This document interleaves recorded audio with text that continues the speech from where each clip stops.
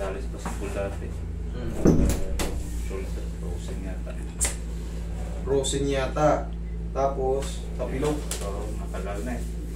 Mga 10 years na yata. Tingin. Ano nangyari? Ano Masakit pa nararamdaman yun? Hanggang ngayon may masakit pa rin? Oo, masakit pa din. Lalo na kapag lumalakad ng matagal. Tapos May parang may ano pakaramdam? dito masakit. Tsaka yung ito parang manhid. Kung minsan ito parang nabubugbog ito. Hindi pa yan. Ayos talaga. Oo, ito maayos. Ito naman, hindi naman siya frozen.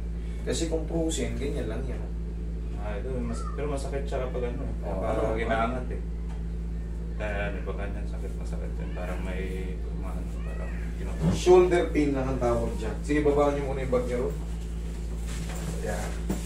Ganyan. Naiaangat pa, pa-check nyo na agad. Pero Kasi matagal din pagka hindi nyo namaangat yan, mas masakit ang treatment. Mas masakit pa ayos. Pero sa kanya, shoulder pain lang. Pag ginaangat niya, nag-i-create ng pain. Pero nagaganon niya pa eh. Madali lang ayusin yan. Pero pag yun nga, katawan nyo na yung umaangat, pag inaangat nyo, lumilihis, ay sigurado.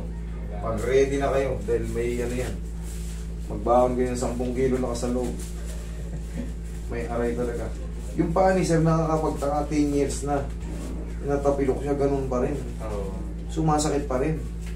Ibig sabihin talaga, hindi nakabalik yung mga bones niya. Relax na.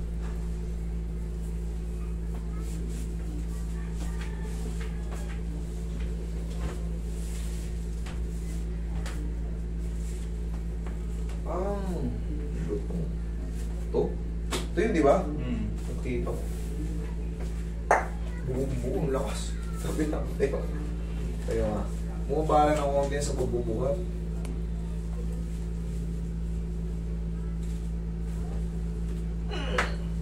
Higa kang patihaya. Check natin yung paa mo naman. Bakit 10 taon na eh. Ito, 10 taon na. Kaliwain yun sir, di ba? Oo, kaliwa na. Alin yung namamanid sa'yo? Ito, namamanid-manid dyan, may kikirot-kirot dyan. Pag kinanito ko, dito natin masusubukan yan eh. Pag kinanito ko, may pain. Dito sa may ano, dito. Meron dito. Pag ganito, Kaya ano pa rin yan, yung masakit pa rin. masakit talaga. Dapat yan malaya. Pag ganito, Kaya ano din. meron din. Kasi dapat yan, pag pinilipit ko ng ganyan, Yan, wala yan dyan. dapat ganito. The same lang yan. Ayan. Pero ito, pag ginanito, meron. Maganyan. Maganyan. Meron siyang nararamdaman. So, dapat yun, kagaya nito. Wala.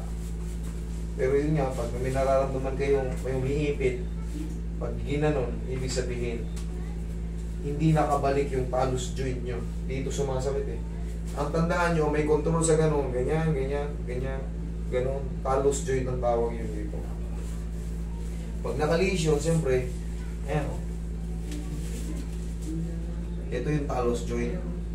Siyempre, sasakit na yun dito. Meron niyang mga ligaments. Yan.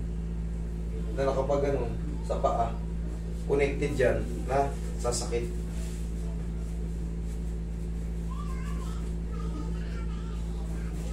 Madali lang to, kahit 10 taon na to. Kaya natin yan. Isa. Yung tumunog na yun, yari na yun.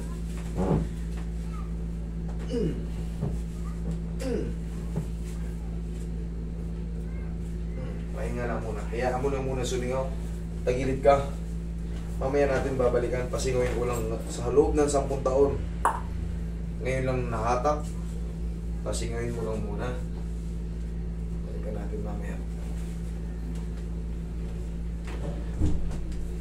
Kabilang side.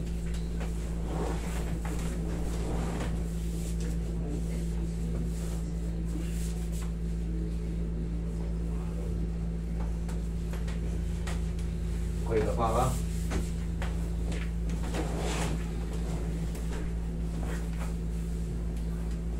Alisin mo yung kamay mo muna dyan. Asa ba yun? Pag ganito. Yan. Yan. Komportable ka na. Okay, relax na.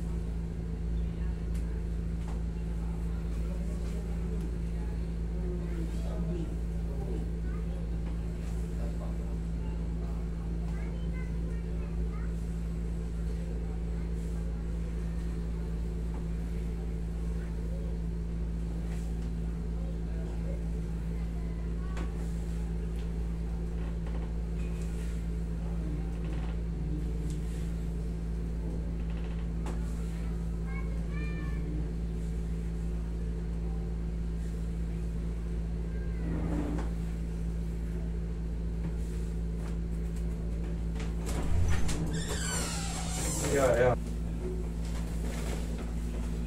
Okay, relax na. Inhale. Exhale. Wait lang. Diyan ka lang muna. Higa ka na. Ito na. On yan. Babalikan na natin yung paa. 10 years na makalipas. Ngayon lang na-adjust. Tingnan natin kung anong kalalabasan, kung sumobra ba yung sakit dahil sa ginawa kong pag-ahatak o naayos na ba o humina na. Pag ito humina na yung pain, ibig sabihin siyempre 10 taon ka nang ngawit yan eh, kailangan humina siya, hindi lalong sumakit. Positive na yun. Pag napahinga pa ng mga 1 linggo, washed out na lang siya. Pero kung ngayon pa lang, dahil lumagotok, na-twist ko na naman siya or nadagdagan ko yung dislocation, mamamagana to. Pag ginanon ko to, aray ito. Pero kung tama ang adjustment, wala na yan.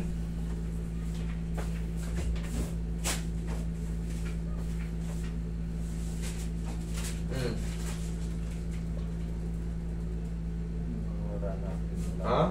Ayan ha. Tingnan mo yung paa niya. Shitty na yan. Kabila. Wala na rin. Wala na. Kababa. Wala na rin. Pataas. Wala na. Wala na. Upo ka, sir. Dito na. Ay, wait! Meron ko tayo sa balikat. Wait! There's more yung balikat mo. Kailangan, pag na-adjust, uplusin nyo ng pagmamahal para siyempre bumaba eh. Kaya sumasakit. Pansinin mo yung narinig mo kanina yung lumagutok.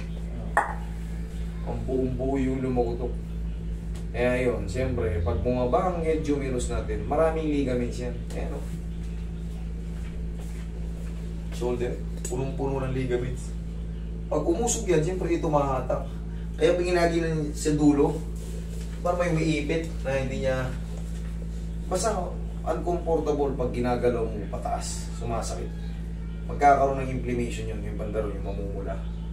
Siyempre yung mga ligaments dyan, sasakit dyan, nakahatak siya o naiipit. Sagot dyan, adjustment tapos massage. Pero siyempre kailangan marunong yung nagmamassage, marunong din yung nag-a-adjust. Hindi kasi uubra yung massage lang. Kailangan talaga ibalik muna sa tamang posisyon yung buto natin dito.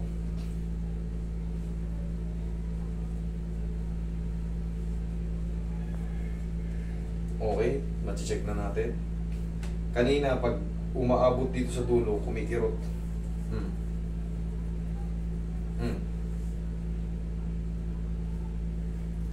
Okay naman? Ayos na, sir? Okay. Thank you. Yep.